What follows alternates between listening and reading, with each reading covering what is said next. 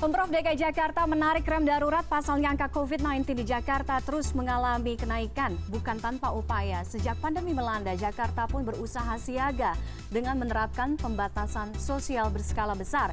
Kita akan lihat bagaimana lini masa PSBB di ibu kota DKI Jakarta. Kita akan flashback ke kurang lebih 5 bulan yang lalu. Ini adalah kali pertama Pemprov DKI Jakarta memberlakukan atau memutuskan pembatasan sosial berskala besar tepatnya pada tanggal 10 April sampai dengan 23 April. Jadi selama 2 minggu atau 2 pekan. Pembatasan sosial berskala besar ini mencakup ada beberapa sektor. Kita lihat yang pertama mulai dari pendidikan, sehingga memang semua anak-anak kemudian juga tenaga pengajar tidak diperbolehkan untuk datang ke sekolah, melainkan sekolah dilakukan melalui pembelajaran jarak jauh atau PJJ secara online. Jadi semuanya sekolah dari rumah.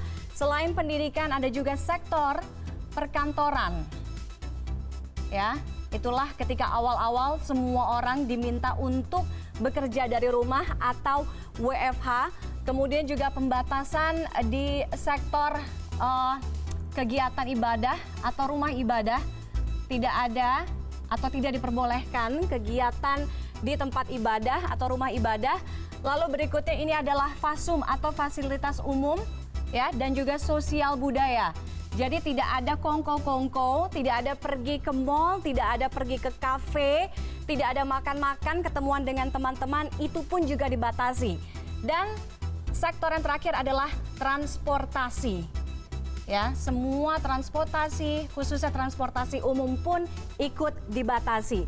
Selain 6 sektor pendidikan yang masuk dalam pembatasan sosial berskala besar, hanya ada 11 sektor usaha yang diperbolehkan atau diizinkan beroperasi mulai dari kesehatan, bahan pangan, energi, komunikasi, TI atau teknologi informasi, keuangan, logistik, perhotelan, konstruksi, industri strategis pelayanan dasar dan utilitas publik, dan juga sektor swasta yang memang dalam hal penyediaan jasa atau melayani kebutuhan sehari-hari. Jadi hanya ada 11 sektor yang diperbolehkan. 2 minggu cukup? Ternyata tidak. Karena PSBB kemudian dilanjutkan atau ditambah selama 14 hari karena memang kasus positif di ibu kota terus mencatatkan penambahan, ya. Jadi PSBB pun diberlakukan kembali terhitung tanggal 24 April sampai dengan 22 Mei 2020. Di DKI Jakarta sendiri kita lihat pada tanggal 24 April. Jadi dari periode PSBB yang pertama tadi 10 April, kasus positifnya pun meningkat. Dari 10 April, jadi dalam kurun waktu 2 minggu, lonjakannya 2 kali lipat. Ya. Kemudian kasus yang meninggal dunia pun juga tercatat 2 kali lipat dari 10 April sampai dengan 24 April. Meski begitu, kasus atau pasien yang dinyatakan sembuh pun jumlahnya juga meningkat atau bertambah paling tidak 4 kali lipat.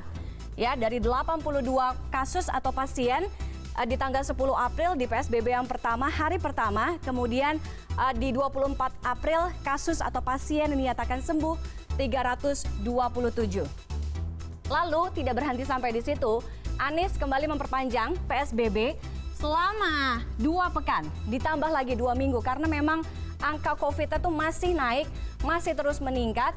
Jadi PSBB ini juga dilakukan pada saat Hari Raya Idul Fitri, ya, pada saat Lebaran, libur Lebaran.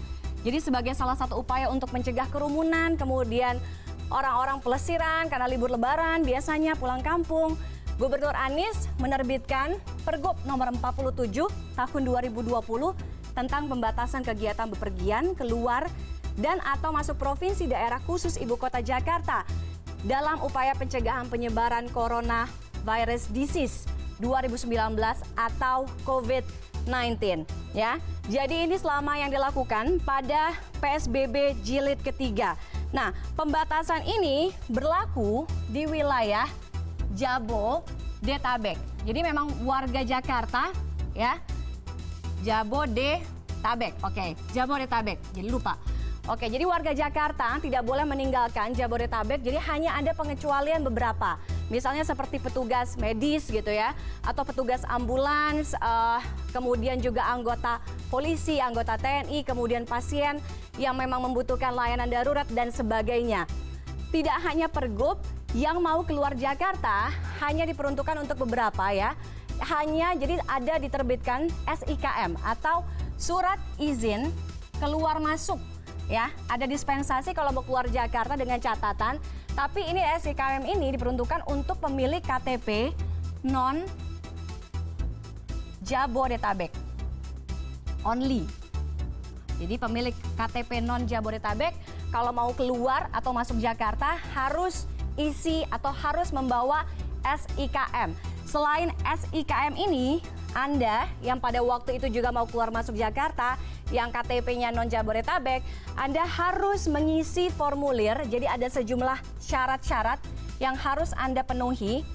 Selengkapnya isi formulir di corona.jakarta.go.id. Oke, itu PSBB jilid kedua. Jadi PSBB ini ibaratnya kayak sinetron, nggak habis-habis. Lalu ada juga PSBB berikutnya. Jadi PSBB berikutnya ini kita lihat Gubernur Anies pada waktu itu menilai bahwa PSBB ini cukup baik untuk mengkontrol atau mengendalikan angka atau pandemi ini khususnya di ibu kota, sehingga pada saat itu agak sedikit melunak karena bilangnya terkendali semuanya, sehingga memberikan pelonggaran izin pembukaan beberapa sektor ekonomi, tapi lagi-lagi secara terbatas. Ya. Jadi secara terbatas ini dikasih kelonggaran dengan ketentuan kapasitasnya. Ada yang harus setengah, kebanyakan 50%, tapi juga ada yang 100%. Nah, apa saja? Jadi ini PSBB namanya belum dicatat, PSBB transisi ya. PSBB transisi fase pertama. Pada saat itu 5 Juni sampai dengan 2 Juli. Sehingga orang-orang waktu itu mungkin berpikir bahwa ini adalah angin segar, semua sektor kegiatan atau sektor usaha mulai diberikan kelonggaran untuk dibuka, mulai dari rumah ibadah, perkantoran, rumah makan, kafe-kafe, kemudian taman, museum, fasilitas olahraga, tapi ada ketentuan kapasitasnya.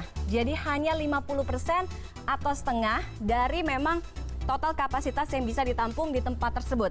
Let's say misalnya rumah makan kapasitasnya biasanya 100, jadi hanya boleh menampung 50. Jadi jaraknya pun setiap meja, setiap bangku semuanya juga pun harus dibatasi. Nah, yang diperbolehkan 100% dibuka adalah transportasi online atau ojek online. Lalu setelah PSBB transisi, apa yang akan dilakukan atau apakah berhenti sampai di situ? Nyatanya tidak. Jadi kita lihat ada yang namanya PSBB transisi fase pertama. Jadi memang pada saat itu Gubernur Anies sempat memberikan beberapa timeline ya. Jadi pembukaan setelah tadi ada kelonggaran, ada beberapa timeline-nya. Jadi ada fase 1, fase 2, fase 3, fase 4. Nah, tapi kita lihat dari fase-fase tersebut dari mulai tanggal 2 Juli, kemudian ditambah lagi 16 sampai 30 Juli, 30 Juli, 14 Agustus, 14, 27 Agustus, 27 Agustus sampai dengan 10 September, ini alasan positivity rate di DKI ini juga terus mengalami peningkatan sehingga kondisi penyebaran COVID di Jakarta pun kian berada di level mengkhawatirkan. Kita lihat bagaimana positivity rate di mana perbandingan jumlah orang atau kasus yang positif dengan orang yang dites tergolong tinggi. Ya, sebenarnya WHO sendiri punya takaran atau kadar gitu ya, 5% sebenarnya angka positivity rate. Sementara kita lihat di Jakarta, di ibu kota, dari tanggal 30 Agustus sampai dengan 20 September, angkanya boro-boro mendekati 5%, justru jauh belasan semuanya. Mulai dari 14,4, 13,6, kurang lebih angkanya hanya ada di sekitaran belasan, 13 sampai dengan 14 positivity rate-nya. Nah, lalu berikutnya, ya hal-hal inilah yang menyebabkan pada kemarin malam Gubernur Anies menyampaikan bahwa Jakarta harus menarik rem darurat sehingga kembali memberlakukan pembatasan sosial berskala besar total secara ketat seperti yang terjadi di awal-awal, seperti yang terjadi pada bulan April ya. Apa-apa saja yang dibatasi, balik lagi perkantoran, sehingga mulai minggu depan semua kegiatan perkantoran diharuskan WFH kembali, work from home, bekerja dari rumah. Kemudian perbelanjaan, pusat perbelanjaan, ya semuanya juga harus diminta untuk tutup. Lalu bagaimana dengan restoran? Nggak ada lagi kongko-kongko, ya nggak ada lagi makan-makan, ketemuan sama teman-teman, arisan, reunian, karena nggak boleh makan di tempat. Jadi nggak boleh dine in, semuanya restoran boleh buka, asal semuanya dibawa pulang, alias take away. Ganjil genap pun di sektor transportasi, ganjil genap ditiadakan. Transportasi pun juga dibatasi secara ketat. Masjid raya ditutup, masjid permukiman lokal boleh beroperasi kecuali masjid atau rumah ibadah yang berada di zona merah. Itu tadi kita lihat bagaimana lini masa PSBB di ibu kota DKI Jakarta.